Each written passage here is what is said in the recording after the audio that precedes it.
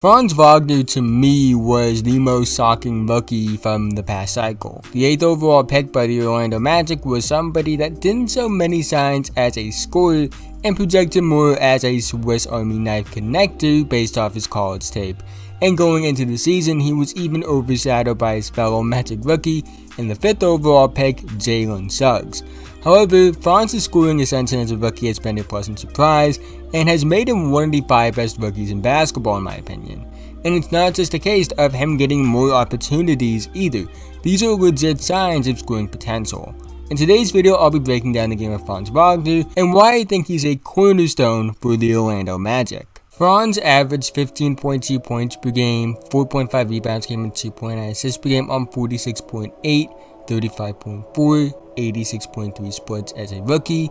He was 4th among rookies in scoring behind Cade Cunningham, Jalen Green, and Scottie Barnes, while also being right ahead of Evan Mobley.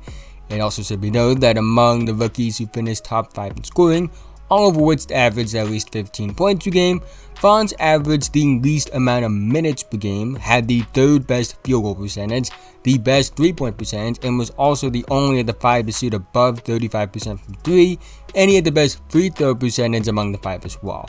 And he did this while not having the highest usage rate on the team. In fact, Cole Anthony and Jalen Suggs both had higher usage rates than Franz Wagner.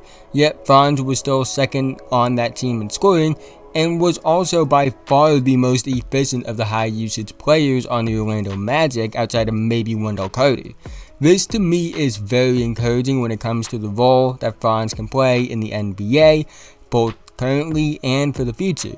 It shows to me that he can handle a scoring load, which he proved as a rookie, which was something that he didn't do really at the previous levels, more on that later, but it's also something that proves to me that he can play well with others, which is valuable because that means you have a cornerstone that has lineup versatility.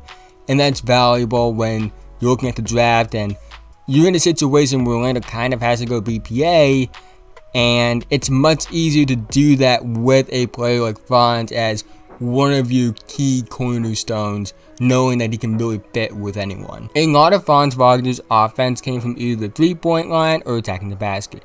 271 of his total attempts were 3-pointers, and 665 of his total attempts were in the paint. That accounts for 96.4% of his offensive shot attempts. And he really didn't showcase much of a mid-range game, as only 4% of his shot attempts were from the mid-range area. And that's an area I want to see him improve on for the most part, mainly in the attempt category, because I do think, based off his free throw percentage, based off the shooting touch, that he can be a good mid-range shooter. It's just about getting up more shot attempts, in my opinion, and I think that in due time, if he does do that, it can be something that is maybe not a legit weapon, but definitely something that he can be reliable from.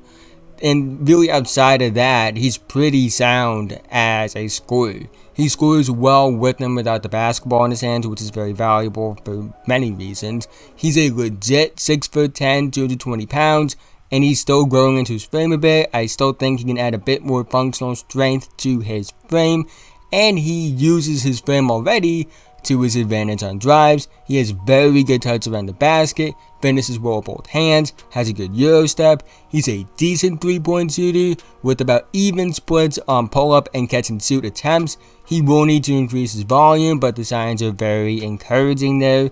On top of this, I think his increased scoring aggression on top of the baseline skills make him a very encouraging scorer in general. He's also a decent passer.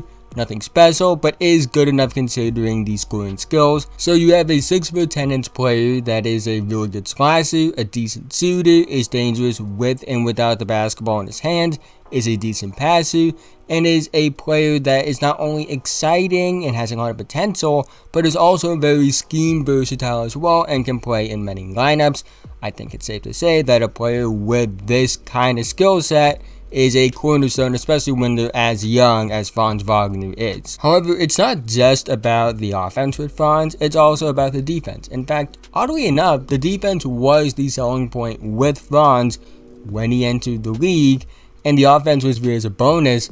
And oddly enough, in the league, the offense has been the big focus with him, while the defense has kind of been overshadowed, Part of that is because he is a part of arguably the greatest defensive rookie class of all time, and when you have Herb Jones and Evan Mobley in the same draft class as you're going to get overshadowed a bit on defense.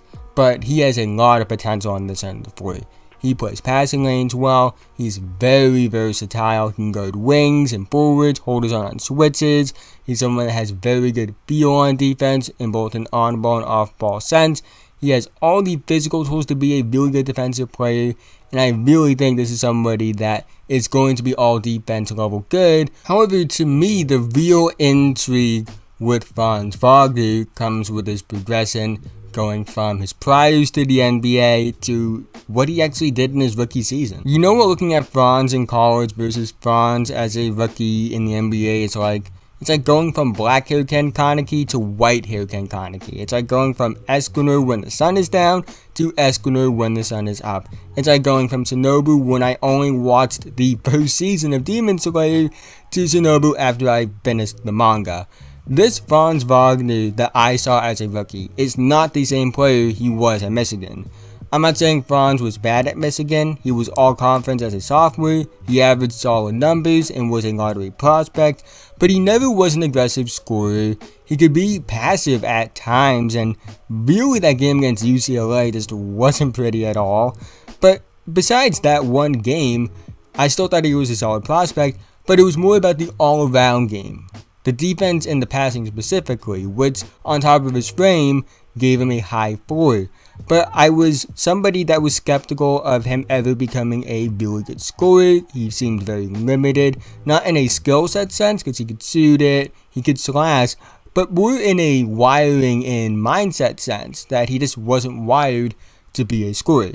Now, this contrasts a lot from his rookie season in the NBA, where he had a 38-point game on a 77.9 true shooting percentage against Giannis Antetokounmpo and the defending world champions.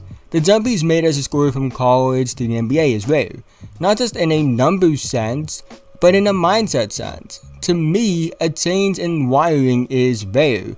He's gone from somebody that I believe would be a connector who averaged 10 to 12 points per game at his best, to someone who I believe could be a 20 plus point per game scorer in the league while being an elite defensive player and an all-star. That's what makes the whole draft process fun for me though. Anything is possible, no matter how out of the ordinary it may seem. No matter how much work you put in, no matter how much tape you watch, nothing is guaranteed. Anything is possible, and that's been the case with Franz. The signs from before the NBA have led to a different outcome than expected in the NBA. And that's what makes Franz Wagner such a fun study and something that really proves that the draft is an incomplete science. But that's the end of this video. If you made it to this point, thank you so much. You guys have no idea how much the support on these videos means to me, and I really appreciate all of it. So again, thank you guys. If you haven't already and you made it to this point, why not subscribe? You probably saw something that you really liked in this video. At least I hope that you did. And if you like this video, you're going to like the other videos I have on this channel. So you have time, go check out another video. Or if you want more videos like this, I have more videos like this coming out in the future. Don't worry. So again, subscribe if you haven't already. It would mean a lot to me. Thank you guys for 1,000 subscribers. We passed the goal yesterday. I really am excited because I feel like I've kind of proven that I can reach at least this level on YouTube. And we did this in only about a few months. So I think that we can get even bigger. I think we're going to build something special on this channel. We're now on the road to 10,000 subscribers. I think that's the next big goal that I want to tackle. So again, that's it. Again, so if you want to help me in that goal, subscribe. This is going on way longer than I intended it to. But with that being said, have a nice day, and I'll see you guys in the next one.